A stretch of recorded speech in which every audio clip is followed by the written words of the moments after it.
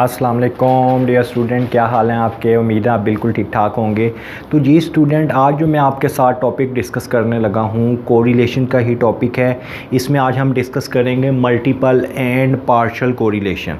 Multiple and partial correlation के बारे में हम डिस्कस करेंगे। तो इससे पहले मैंने आपको कोरिलेशन के बारे में बताया था। कोरिलेशन क्या था? कोरिलेशन है रिलेशनशिप बिटवीन टू वेरिएबल। जब भी टू वेरिएबल में हमने रिलेशन फाइंड करना है तो हम सिंपल कोरिलेशन बोलते हैं उसे। सिंपल कोरिलेशन हमने कैसे कैलकुलेट किया था? पेयरसन कोरिलेशन के साथ हमने सिंपल कोरिलेशन कैलकुलेट कर लिया था। अब जो हम डिस्कस करेंगे मल्टीपल एंड पार्शियल कोरिलेशन।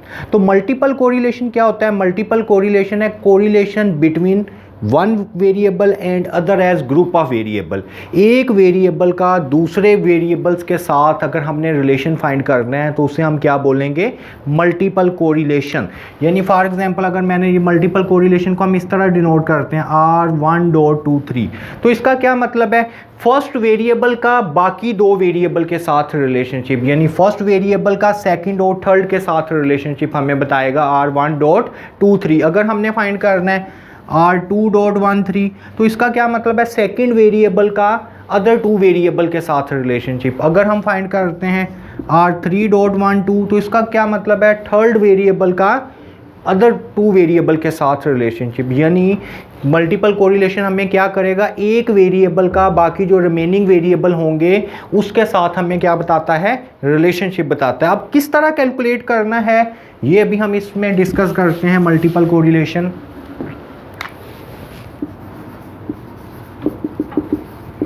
बात करेंगे इसकी मल्टीपल कोरिलेशन। हाँ जी, फॉर एग्जांपल मैं कहता हूँ कि अगर मैंने फाइंड करना है R1.23, तो इसका फार्मूला देखें किस तरह बनेगा। सबसे पहले आप 1 का 2 के साथ लिखें इस तरह R12²। फिर क्या करेंगे? 1 को 3 के साथ लिखें R13²। ये आप अच्छी तरह समझ लें। इस तरह हम कोई भी फार्मूला ड्राइव कर सकते हैं। मैंने क्या किया है? पहले 1 को 2 के साथ लिख दिया, डॉट से पहले डॉट के बाद R12²। फिर 1 को 3 के साथ लिख दिया है प्लस R13²। फिर -2 लिख के जितने भी कम्बिनेशन बनते हैं 1 2 3 के कम्बिनेशन कौन से बनते हैं? 1 2 1 3 2 3। तो मैं तीनों लिख दूंगा 1 2 1 3 2 3, तीनों को मल्टीप्लाई कर दिया है। अब डिनोमिनेटर में हम क्या लिखेंगे? डिनोमिनेटर में लिखेंगे जो डॉट के बाद लिखा हुआ है। डॉट के बाद क्या लिखा हुआ है? 2 3। तो मैं नीचे लिख दूंगा 1 -R23²। ये इसका फार्मूला बन गया है किसका? मल्टीपल कोरिलेशन का, एक वेरिएबल का अदर टू के साथ इफेक्ट। अब ये देखें कि अगर कुछ भी फॉर एग्जांपल अगर मैं कहता हूँ R2.13 करना है, कोई भी फार्मूला आप बना सकते हैं, बस आपको ये रूल आना चाहिए। तो ये कैसे बनेगा? पहले मैंने आपको बताया इसको इसके साथ R21², फिर इसको इसके साथ R23², फिर -2 लिख के 1 2 3 के कौन कौन से कम्बिनेशन बनते हैं? यही बनते हैं 1 2 1 3 2 3। तीनों वेरिएबल के आपस में रिलेशन बता देना है। अब डॉट के बाद क्या लिखा हुआ है? 1 3, तो इसका फार्मूला क्या बन जाएगा? R13²। हाँ जी, क्लियर होगी बात स्टूडेंट। अब अगर मैं आपको कहता हूँ जी आपने फाइंड करना है R3.2, तो इसका भी कोई प्रॉब्लम नहीं है। फार्मूला को ड्राइव करना कोई मसला नहीं है हमारे लिए। मैं क्या करूँगा? R31² plus R32² -2 R12 R13 R23, और डिनोमिनेटर में क्या आएगा? डॉट के बाद क्या लिखा हुआ है? 1 2, तो 1 -R12²। ठीक है, इस तरह कोई भी फार्मूला हम ड्राइव कर सकते हैं किसका? मल्टीपल कोरिलेशन का। अब फॉर एग्जांपल अगर आप कहते हो ये 1 2 नहीं, ये RX.YZ है, तो कोई प्रॉब्लम नहीं है। इसका क्या करेंगे? पहले मैं लिखूंगा RXY² प्लस RXZ², फिर -2 RXY XZ एंड RYZ, और डिनोमिनेटर में क्या आएगा? 1 -RYZ²। तो ये बताने का इसमें मकसद ये है कि अगर आपको ये ट्रिक आ जाए तो आप कोई भी इसका फार्मूला मल्टीपल कोरिलेशन का ड्राइव कर सकते हैं। आगे कैलकुलेट करना क्या है वो भी मैं आपको बता देता हूँ। कैलकुलेट करना भी इतना टफ नहीं है, वो हम इजीली कैलकुलेट कर सकते हैं। ये जो 1 2 का क्या मतलब है? 1 2 का मतलब है टू वेरिएबल में सिंपल कोरिलेशन, जो हमने पेयरसन कोरिलेशन किया था। अब अगर क्वेश्चन आपको अगर इसका दे एग्जाम में इस तरह जी स्टूडेंट आपको दे सकता है। फॉर एग्जांपल आपको वो तीनों वेरिएबल दे देगा, R12 भी दे देगा, R12 उसने बता दिया 0.2 है, R13 भी बता दिया 0.4 है, R23 भी बता दिया 0.46 है। R12 1 और 2 का रिलेशनशिप, 1 और 3 का रिलेशनशिप और 2 और 3 का रिलेशनशिप आपको कह रहा है आप क्या फाइंड करो, मल्टीपल कोरिलेशन फाइंड करो। कौन सा मल्टीपल आपको कह रहा है जी, आप R1.23 फाइंड करो। तो इसका फार्मूला हमें सिंपल आना चाहिए। क्या फार्मूला है, R12 square plus R13 square minus 2 R12 R13 R23 over 1 minus R23 square. तो इसमें सिंपल मैं बस वैल्यू पुट कर दूंगा, डाटा तो मेरे पास गिवन है। 1 2 की वैल्यू कितनी गिवन है, 0.2 स्क्वायर आ जाएगा। 1 3 की क्या है, 0.4 स्क्वायर आ जाएगा। माइनस 2 लिखकर तीनों को मल्टीप्लाई कर दें, 0.2 0.4 0.46 ओवर 1 माइनस 0.46 स्क्वायर। इसका हम अंडर रूट लेंगे तो ये हमारे पास आंसर आ जाएगा। ठीक है ना, इसको सिंप्लीफाई करके आप इसका अंडर रूट ले लें टोटल का, तो आपके पास मल्टीपल का कोरिलेशन का आंसर आ जाएगा। अब फॉर एग्जांपल वो अगर आप इसी में से अगर आपको R2.31 कह रहा है तो आप क्या करोगे, simple R23 square plus R21 square minus 2 R12 R13 R23 over 1 minus R31 square. अब इसमें से ये आपने एक बात अच्छी तरह याद रखनी है, कोरिलेशन में R12 अगर ये तो R23 है, फॉर एग्जांपल R23 तो हमें उसने दिया हुआ है, इसी तरह ये R12 है, ये R21 है। तो कोरिलेशन में आपने एक बात यहाँ पे याद रखनी है, जो R12 है वही R21 है, जो R13 है वही R31 है, जो R23 है वही R32 है। क्योंकि कोरिलेशन की प्रॉपर्टी मैंने आपको प्रॉपर्टीज ऑफ कोरिलेशन में ये काफ़ी डिटेल में बताया था कि correlation coefficient are symmetrical with respect to X and Y. यानी अगर आपको कहे कि 1 का 2 पे रिलेशन फाइंड करो या 2 का 1 के साथ रिलेशन फाइंड करो, तो कोरिलेशन में दोनों सेम होते हैं। अगर R12 पूछे या R21 पूछे तो वो सेम है। तो आप इसमें वैल्यू पुट करो तो आपके पास किसका मल्टीपल कोरिलेशन का आंसर आ जाएगा। ठीक है, तो इसका मतलब है कि आप ये मल्टीपल कोरिलेशन फाइंड कर सकते हैं अगर इस तरह आपके पास गिवन हो। क्लियर होगी बात। अब ज़रा मैं पार्शियल कोरिलेशन का भी आपको बता देता हूँ, फिर हम इसके कुछ क्वेश्चन डिस्कस कर लेते हैं।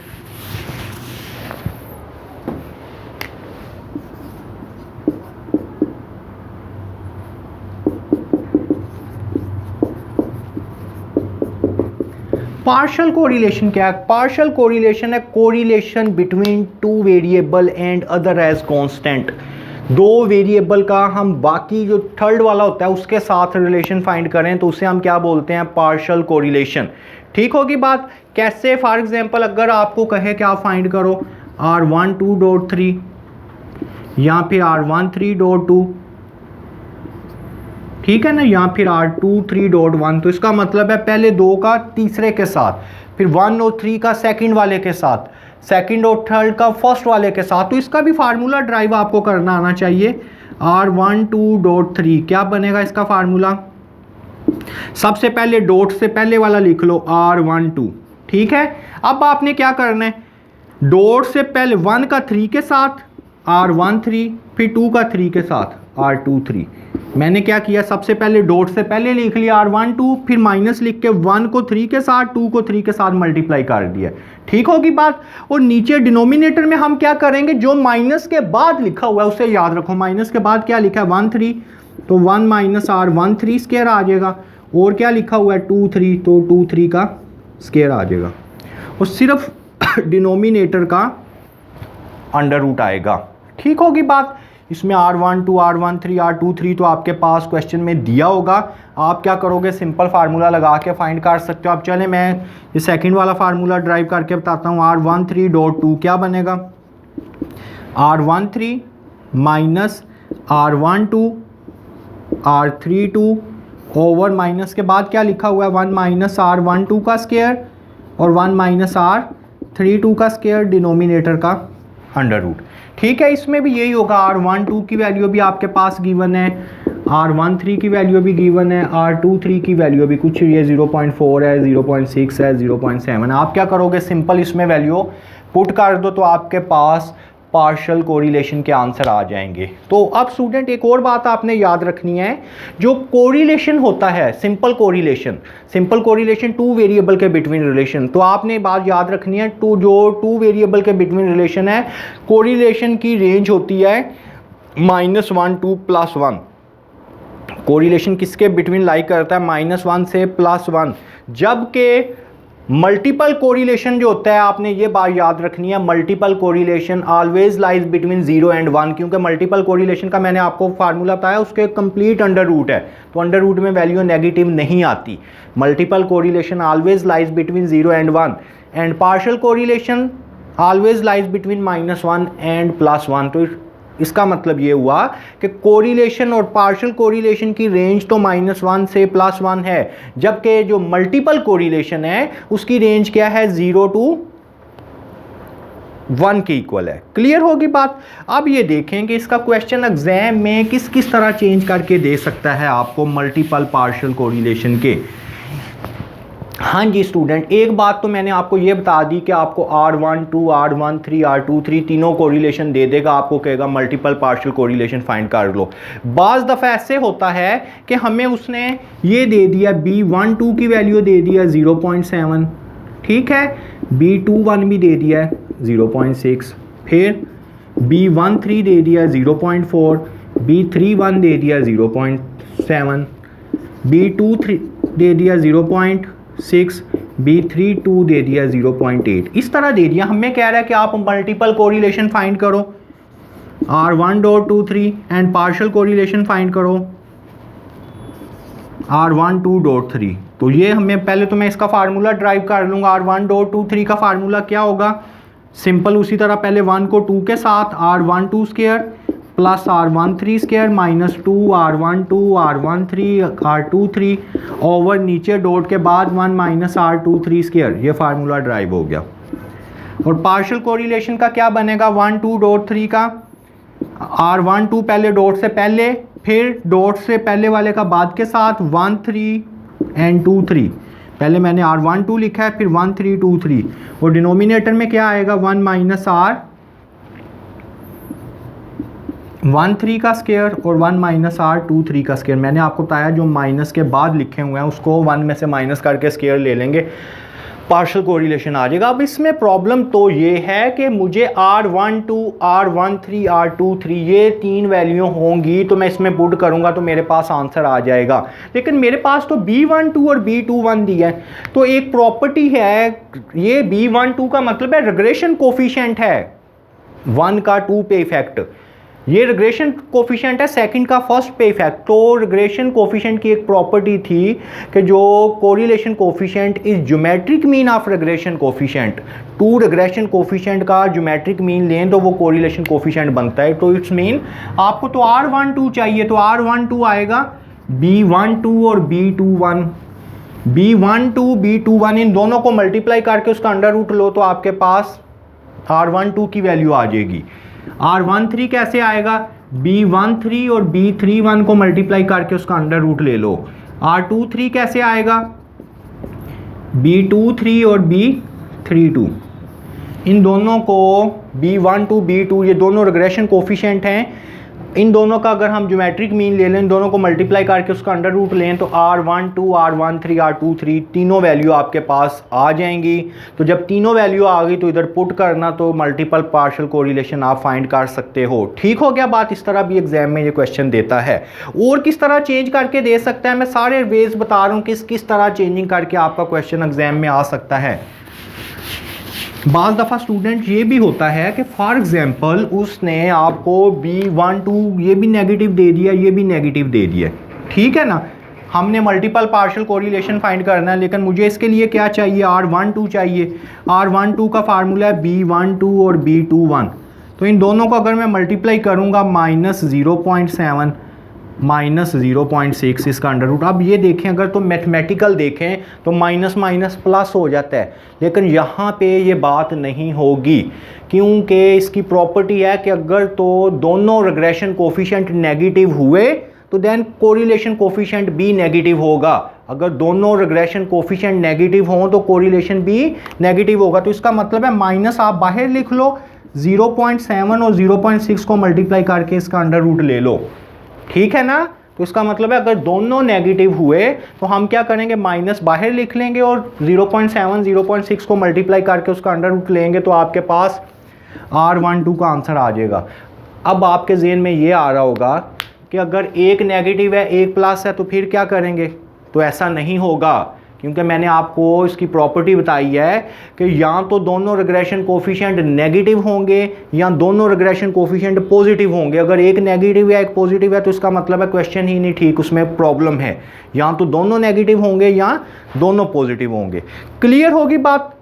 अब आप इस तरह अगर आपके पास रिग्रेशन कोफिशिएंट भी गिवन हो तो आप मल्टीपल पार्शियल कोरिलेशन फाइंड कर सकते हो। अब तीसरी बात, फॉर एग्जांपल ये क्वेश्चन जो अभी बताने लगा हूँ ये ज़्यादातर प्रैक्टिकल में ही आता है, आपके क्वेश्चन पेपर में तो ये कम ही आएगा। ये कैसे, फॉर एग्जांपल 3 वेरिएबल दे दिए, x1 भी दे दिया, x2 भी दे दिया, x3 भी दे दिया। 3 वेरिएबल उसने दे दिए, इसकी वैल्यू दे दिया 2 4 6 3 1 2 4 1 6, ये सारी वैल्यू दे दी। आपको कह रहा है आप इसका मल्टीपल पार्शियल कोरिलेशन फाइंड करो। तो अगर तो मैं मुझे कह रहा है कि मैं फाइंड करूं मल्टीपल R1.23, तो इसका फार्मूला क्या बनेगा, R12 square plus R13 square minus 2 R12 R13 R23 over 1 minus R23 square, यही फार्मूला बनेगा ना। लेकिन अब इसमें देखो मुझे R12 भी चाहिए, R13 भी चाहिए, R23 भी चाहिए। तो R12 का मतलब पता क्या, R12 का मतलब है x1 और x2 में आप पेयरसन कोरिलेशन फाइंड कर लो।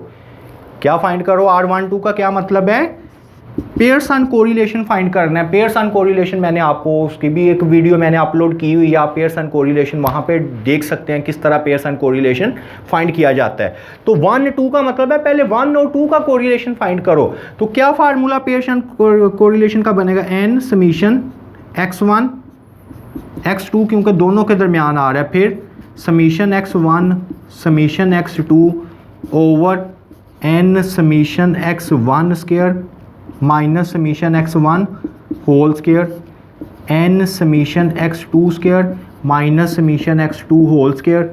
इसको सिंप्लीफाई करेंगे, इसका मतलब है पहले हम सब कुछ बनाएंगे, पहले x1 x2 को मल्टीप्लाई करना पड़ेगा, फिर समीशन x1 समीशन x2 फिर x1 का स्क्वायर, सारी ये वैल्यू कैलकुलेट करके इसमें पुट करोगे तो आपके पास R12 की वैल्यू आएगी।